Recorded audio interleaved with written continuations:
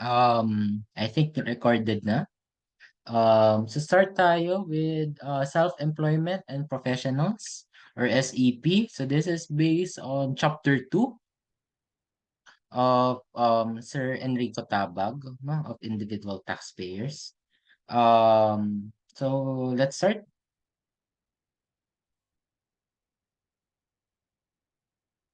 So self-employed. So mahalaga, we need to identify what is considered as self-employed and a professional, no, according to our tax code, no, or the National Internal Revenue Code. Self-employed, um, so self-employed is a sole proprietor. And when we say sole proprietor, like any other business, is a seller of a good or a product or services. So mainly pwede siya maraming uh, products or services that they offer to consumers. Or an independent contractor. So same with an independent contractor reports income earned from self-employment, which is not under an employer-employee relationship. So an independent contractor is someone who gives technical expertise, no, uh, to what to what we call a client, no. Hindi siya employer but rather a client of an independent director. Pero somehow some independent contractors and setup is like an employee-employer relationship. Pero wala dun kasi yung ano eh, wala dun yung guaranteed by employment like paid leaves, government mandated benefits. Um, so mainly their work, no pay, or mainly on a retainers basis. So yun yung ating independent contractor. I myself is an independent contractor, no? I don't have those benefits. So I'm only um no, yeah. So I'm not really employed, no. So yun yung self-employed. But dito kasi sa self-employed, those are people who are not regulated by a professional body. So pwede kang self-employed, whether a sole proprietor or a non-professional. You're mainly providing services to your client or to multiple clients, but um you're not a professional. Kasi kapag sa professional, we have two classifications of professional. Number one, a person, I'm not sure kung recorded na 'tong video. Recorded na ba? Check ko nga lang. I'm not sure kung recorded yung video natin. Pero I think recorded na. Recording on this computer. Anyway, hindi ko na ikakat yun. Pero number one is a person formally certified or licensed by a professional body such as CPAs, doctors, engineers, sino nagsa-certify? Mainly our professional body here in the Philippines is the Professional Regulation Commission. No? Sila, they have taken the licensure examination, and yung iba, some have undergone the accreditation process to be a registered and accredited CPA, a doctor, or an engineer. Always remember which are not under. Maganda yata is kasi a person yun, no? Pero um, I'm very sorry sa ating mga um, sensitive sa grammar. What I'm referring to is the CPAs, doctors, and engineers, which is in plural form. So they are not in a employer-employee relationship. So they are considered as professionals. No? Professionals ang tawag sa kanila. What if a teacher, a public school teacher, mainly pwede rin yung mga public school teacher natin, if they're given benefits, government mandated benefits, paid leaves, bonuses, 13th month pay. Always remember, 13th month pay is one of the benefits of an employer-employee relationship. Kapag di ka binibigyan ng 30th month pay, no work, no pay, based on your technical expertise o sa oras na binibigay mo, you're not an employee, but rather a contractor. No? Yeah, teachers are not considered as professional in the tax code. They are somehow professional kasi pumasa sila in the board, in LEP.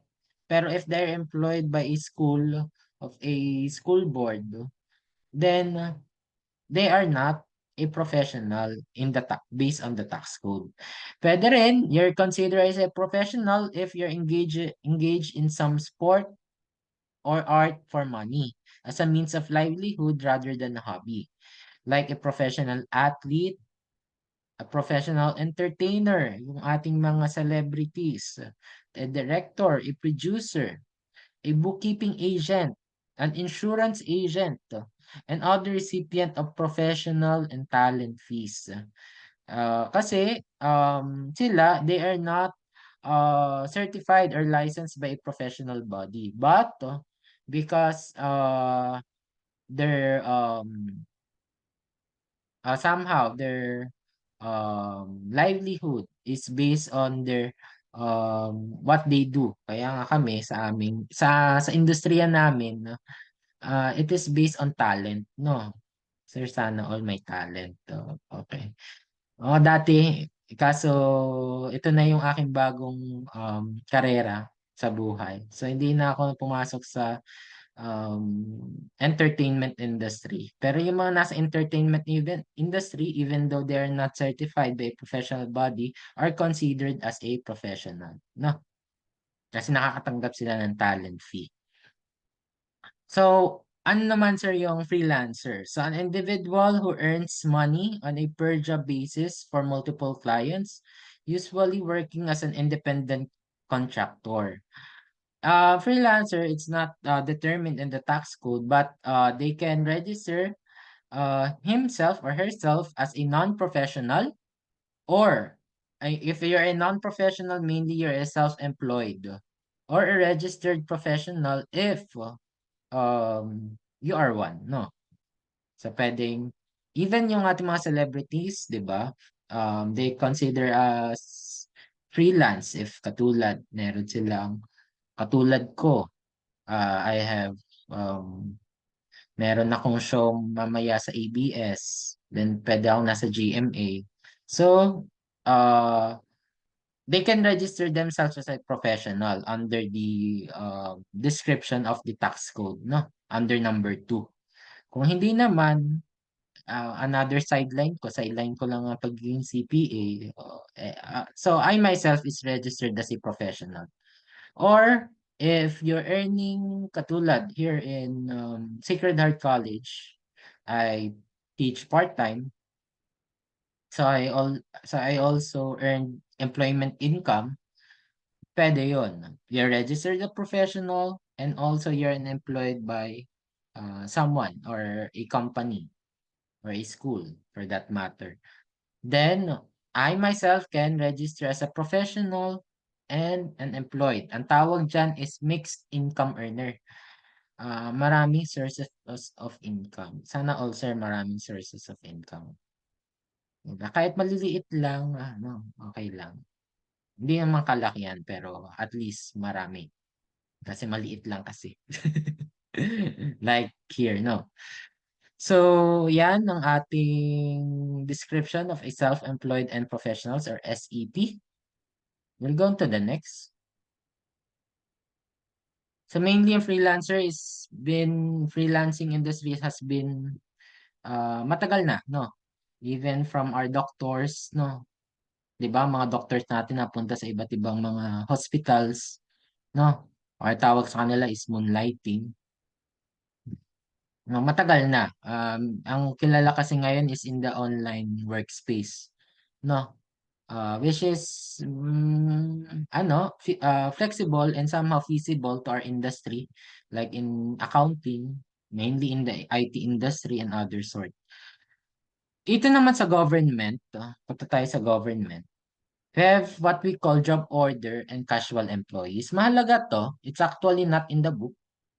If I have the if I have the privilege to write a book, hindi naman isang kaibigan ang isusulat ko.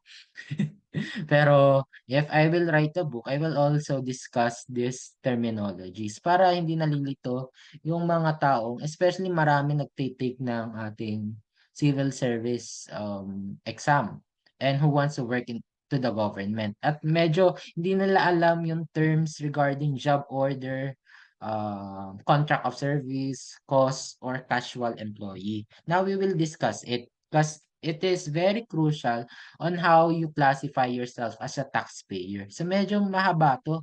Hindi lang to basta whether or not you're a resident citizen. Kasi I think most of you naman, or maybe all of you, are all resident citizens in my Zoom meeting. No? Wala naman siguro sa inyo yung kamag-anak ni Alice Goo, no? Pero we will discuss yung mga government employees. Ang pinakauna dyan is contractual employees. So contractual employees, so all contractual or job order employees in government for income tax purposes are considered as self-employed and professionals. Now, tandaan nyo, if you work in a government under a job order or under a contract of service, you're not under the Civil Service Commission. Marami diyan, sa mga contractual employees. Though marami rin diyan na civil service eligible, based on their passing of the civil service exam or professional sila like a CPA or an attorney na pinili nila mag-contract of service. No, not necessarily hindi sila civil service eligible. I myself, I got an offer. Hindi naman got an offer. Pero somehow, like in PhilHealth, they offer 20% above premium kapag contract of service ang iyong pinili. Though, no work, no pay, pero somehow mataas ang salary grade. No? And I think hindi sila part ng salary grade ng government agencies, ng national even at sa local government. Pero most of the time kapag ikaw ay professional and you will work for a contract of service position, medyo nagbibigay sila ng premium, 20% above dun sa employee. Ang wala lang is yung 13th month pay, paid leaves, so no work, no pay, hourly range. So same with dun sa job order, medyo na-skip ko. Pero dun sa job order, hiring of a worker for a piecework or intermittent job not exceeding 6 months. So kapag kayo nag-work sa government and if you work for 6 months for job order, renewable yung contract for 6 months. Pwedeng ma-terminate, pwedeng hindi. No, pwedeng i-renew. So every 6 months ang job order. Unlike with the contract of service, it refers to the engagement of services of a person or a private firm. Pwede. You may represent a firm.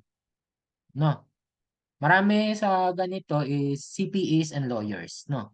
Marami sa lawyers. I think medyo bihira lang yung in-offer ng PhilHealth na contract of service for a CPA, no? Di ko alam kung ano ang salary grade, I think around 60,000-65,000, no? Which is above premium dun sa natatanggap even at entry level, no? So sila renewable at 1 year, no? Kasi not exceeding 1 year, then after, before matapos yung contract, they will renew it as long as wala pa yung tinatawag nilang plantilla position na somehow regularize your position. So sila, under the Commission on Audit Rules, self-employed sila or professionals. Kaya marami pumupunta sa BIR face to face to register themselves as a self-employed or professional, no? Nagre-register sila face to face sa BIR. Kasi I think dati silang employee or maybe first time nila, kailangan nila mag-register. And medyo matrabaho yan kasi you need to file your own taxes, no? Maraming professionals ang nangangailangan ng tax compliance needs. Oo. So, maraming CPAs, including myself, can assist, no? To those professionals, who don't want to have the headache to file their own taxes, no? Kasi unlike self-employed self-employed and professionals, they need to file their taxes quarterly and annually, no? 3 quarters and 1 annual tax return, no? Kaya medyo though maganda naman sa contractual employee, especially if professional ka, above premium, and you can actually have some sideline, outside of your work. Kasi medyo may limitations kapag government employee ka, eh, regular government employee. Kasi papasok tayo sa casual employee. Sa casual employee, an appointment issued to the employee due to necessity, governed by the civil service rules. Minsan inoffer siya, walang plantilla, but they offer a casual uh, employee position. So the casual employees are entitled to receive benefits by regular employees such as PERA, a personal equity retirement account.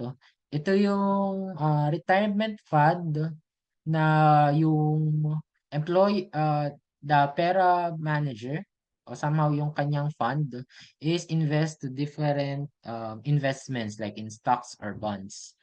No? So this is on top of your pension. Lahat naman tayo makakatanggap ng pension. Kapag private, sa SSS, if you are a government employee, as long as you are a regular employee, you will be under GSIS pension. Kasi kung contractual ka, you need to voluntarily contribute. Saan? Sa GSIS? No. You need to voluntarily contribute sa SSS, not sa GSIS. Okay? Because you're not a regular government employee. Dito, sa casual, government employee ka talaga.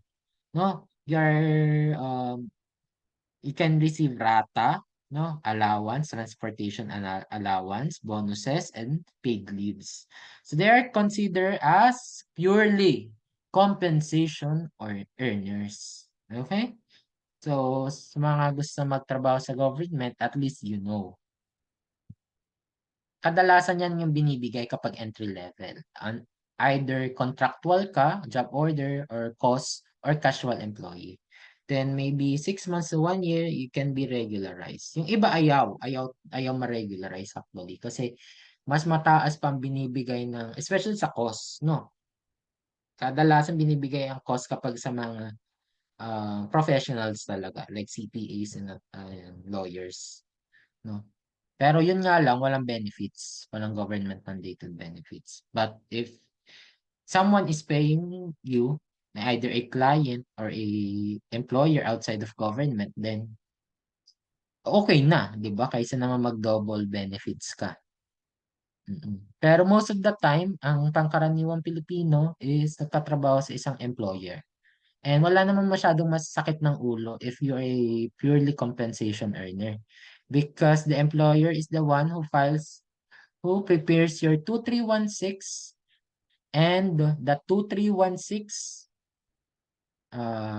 kindly comment down na lang or kindly chat uh, kung may question regarding Form 2316. But the Form 2316 is the evidence of the taxes withheld for the year by your employer. At it's already a substitute for your ITR. You don't need to file your own ITR. Kapag ikaw kasi self-employed and professionals, kailangan mo siyang i-file. Not just once, but 4 times in a year. 3 quarters and 1 annual income tax return. So ito yung ating mapa.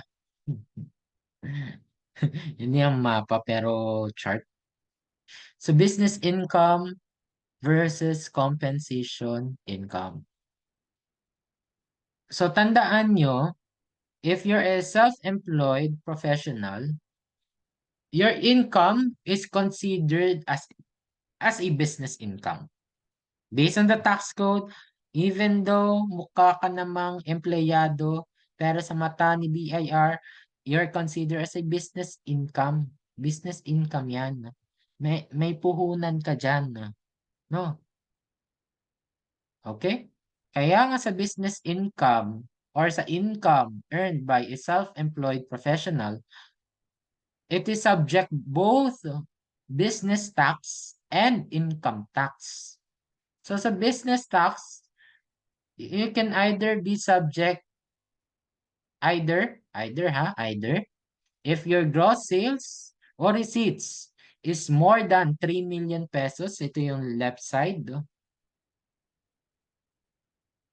You are strictly, kaya mahalaga yung word na strictly, subject to 12% value added tax. Pero sir, automatic ba ang ako'y masasubject to 12% but you still need to register your business or yourself. Sir, wala naman akong business eh. Ako lang naman ay employed lang ng government or ako lang naman ay nagtatrabaho to one or two or three clients. No. But if your gross sales or receipts exceeding 3 million pesos, then you need to register as a VAT registered business. No? Kahit hindi naman talaga siya business. Okay? Pero sa mata ng batas, kung hindi ka empleyado, hindi ka nakakatanggap ng paid leave, ikaw ay no work, no pay. No? Ikaw ay hindi nakakatanggap ng 13th month pay and other benefits, you are a self-employed professional. And all income earned by the self-employed professional is business income. No? And what if, sir, equal or less than 3 million? 3 million or less, sa madaling sabi. You are subject to 3%. Ano, sir, yung OPT? Other percentage tax. Bakit, sir, tinawag na other percentage tax? Kasi marami pang percentage tax. Ang other percentage tax, 3%. Kasi marami pang iba. Tandaan nyo, ang tinutukoy ko ditong 3% OPT is based on Section 116. Parang paulit-ulit kong sasabihin yung Section 116. Pag narinig nyo yung word na Section 116 of the Tax Code, 3%, other percentage tax. Ito yung madalas na percentage tax. Madalas, pero marami pang percentage tax. Madalas yan sa mga sole proprietor na does not earn more than 3 million but earn 3 million or less in a year. Or independent contractor who provide services and earn income 3 million or less in a year. No? So tandaan nyo, 3 million. 3 million ang ating benchmark ko. No? Kung ikaw ba ay sagana sa buhay o hindi. Kapag hindi pa, kailangan pa magkayod. Right? Hindi ka kumikita ka ng 3 million, mahigit 3 million sa isang taon. Hindi pa. Kulang pa. Alright? Sa income tax, it is also subject to income tax. The same business income is subject to income tax. So yung income tax is subject to graduated rates or 8%. Kaya nga kapag you elect the 8%, meron kaya tayong or dito sa ikalawa, ito, parehas ba tayo na tinitingnan, no? Oo, I think parehas tayo na tinitingnan. Kita ko yung cursor ko, yan. Is exempt siya. Kung nagbayad ka dito ng 8% sa income tax, sa business tax, wala ka nang babayarang business tax. O sir, di mas maganda pala mag 8% na lang ako kaysa mag 3%. Usually but not always the case. There are some mas advantageous pa magbayad ng 3% plus the graduated rates. Kaysa yung 8%, walang 3% percentage tax. Sir, parang magulo ah. Oo, magulo talaga maging self-employed and professional. Mm-mm. Though you are not bound to any employer restrictions, you can earn any, di ba? You can get two or more clients, no? You can actually work in any industry, pero masakit sa ulo actually maging self-employed and professional. That's why us accountants, CPAs, management accountants, kailangan yung ating expertise on this, no? Or assistance by our fellow professionals or sole proprietors. Kapag compensation income, madali lang, income tax only. Kasi compensation income is not considered as a business income. Income tax lang. Subject to business tax, wala. Graduated rates nga lang. You cannot use the 8%. Katulad, teacher. Consider sila as professional. Pero in the tax code, they are not considered professional. They are considered as employed. Kung isa lang ang source of income niya, purely compensation earner ang tawag sa kanya or PCE.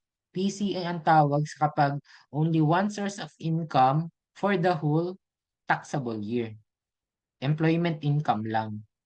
So, wala. Graduated rates. They cannot have the option to use the 8%. Which is hindi na rin masakit sa ulo. Pero somehow kasi yung 8% medyo mas mababa as minsan kapag you elect 8%, no? Kaysa yung graduated rates lang. Kasi kapag ikaw meron ka pang 3%, yun nga lang disadvantageous if you're a self-employed professional. Now, yun sinasabi ko, whether or not you earn compensation income, business income, if you earn both, hindi lang or, yun ang maganda. Pagod ka lang, no? Pagod ka lang if you earn both business income and compensation income. You're considered as a mixed income earner. So, a mixed income earner, an individual who earns both compensation and business income. Ito, kailangan i-register sa BIR. Sir, pwede ba ako mag-register as a professional and a mixed income earner? The answer is yes, no? Pwede bang professional and sole proprietor? Yes. Pwede ba professional, sole proprietor, and compensation earner? Yes. O, tatlo. Pwede, di ba? May business kang you provide services as a professional and you earn income. No? Pwede. Yun nga lang, medyo magulo kasi need to file their taxes quarterly and annually for those who earn business income. An individual who earns both compensation and business income may either be exempted. Paano maging exempted kapag nag-elect ng 8%? Or subject to 3% if you elect graduated rates basta meron kang business income or strictly 12%. Tandaan nyo kapag ikaw naging ka ng VAT registered or qualified to be a VAT registered business, wala ka ng option to elect the 8% rate. Nakuha? Bawal na. Lagi ka nang magbabayad ng business tax na 12% plus the income tax of graduated rates. Habang pataas ang tax base, pataas ang iyong income or business or compensation income, mas tataas yung tax rate na i-apply. Okay? Kaya mahalaga yung word na strictly. Kasi yung exempted or 3% is actually an option. Option of the taxpayer. Yung strictly 12%, hindi na yan option ni taxpayer. Required ka na ni government to pay the 12% value-added tax. Okay? Any question? Mamaya na lang. Or maybe you can chat down your question. Maganda, you read the book of Sir Enrico Tabag for you to understand well the topic. Kasi dun ko binase yung ating presentation, no? Our recorded meeting or video. So gross sales under Ease of Paying Taxes Act of 2024, medyo bago-bago pa. It refers to the amount of money or its equivalent presenting the contract price, compensation, mahalaga yung word na compensation. Kasi, hindi kasi ibig sabihin gross sales benta. Pwede kasi sa gross sales, pasok doon yung gross receipt. Ano ba sir, pinagkaiba ng sales at receipt? Yung sales kasi pwedeng galing sa benta, sale of goods. Yung receipt, it's actually from sale of services. That includes compensation. Tandaan nyo kapag nagtratrabaho ka, you're actually selling your services to your employer. In some sense, no? Kaya so, there are two, pwede kang independent contractor or purely employed ka or purely compensation earner. Pero dito kasi, as long as your total gross annual sales or receipts is more than 3 million, subject ka na sa 12% value added tax or VAT. Value added tax ang meaning ng VAT sa hindi nakakalam. Kailangan i-add lahat yan for you to know whether you're a VAT registered entity, person or not. Service fee, rental, royalty, lahat to. Lahat, ibig sabihin, under the EOPTA. Pero excluding value-added tax. Tandaan nyo, kapag hindi ka VAT registered, wala kang value-added tax na nakukuha. Pero kapag ikaw ay VAT registered na, all of your receipts, all of your sales should be added value, medyo redundant, you should add value-added tax, no? Or VAT. Katulad sa Jollibee, if binenta kayo ng cheesy yum burger, no? Na may photocard ng Bini. You need to pay an additional VAT, no? Kapag magko-compute tayo ng gross sales under the EOPTA, kailangan nating exclude ang VAT. Though it will be a separate discussion, mainly on the second semester for business and transfer taxation. Pero dito, kailangan nyo lang malaman, the gross sales should be excluding the VAT. At lahat ng iyong kinita sa buong tao is considered as gross sales, including compensation. Now, requisites to avail the 8% tax rate. Tandaan nyo, election is irrevocable during the year. So, the self-employed and professional shall satisfy all of the following conditions. Number 1, gross annual sales, receipts, and other non-operating income does not exceed the VAT threshold of 3 million pesos. Kailangan alam niyo yung tumataginting na 3 million pesos. Paano hindi ko sir makakalimutan? Dapat yan ang kinikita niyo sa isang taon. Kapag hindi, poor pa. Mahirap pa. Para hindi niyo makalimutan. 3 million yung target every year, no? Kailangan yung kitain. Kung estudyante pa kayo, someday. Someday, no? Number 2, the SEP shall be non-VAT registered. And gross sales receipts were not derived from VAT exempt sales. Mahalaga itong yung ikalawa, not derived from VAT exempt sales. May mga sales kasi tayong VAT exempt, katulad ng gulay, yung mga agricultural food products. No, they're VAT exempt. Though, separate discussion yan, pero at least alam nyo na walang VAT na pinapataw doon, no? Kasi somehow necessity siya. No? And the SEP shall not subject to percentage tax other than the section 116 of the tax code. Mahalaga rin yan.